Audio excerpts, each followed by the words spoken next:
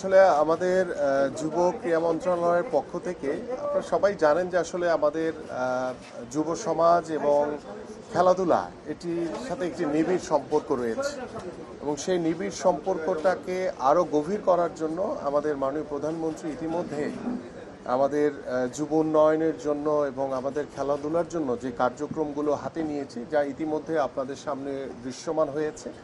Specially যদি আমরা বলি যে আমাদের যুবকদের জন্য আমাদের কর্মসংস্থানের রাস্তা তৈরি করার জন্য, কর্মসংস্থান নিশ্চিত করার জন্য আমরা ফ্রিল্যান্সিং থেকে শুরু করে কেয়ার গিভার এবং আমাদের মোবাইল সার্ভিসিংয়ের মাধ্যমে আমরা বেশ কিছু ঢাকা মহানগর সহ সারা বাংলাদেশের কিছু প্রকল্প হাতে নিয়েছি এবং কিছু প্রকল্প চলমান রয়েছে।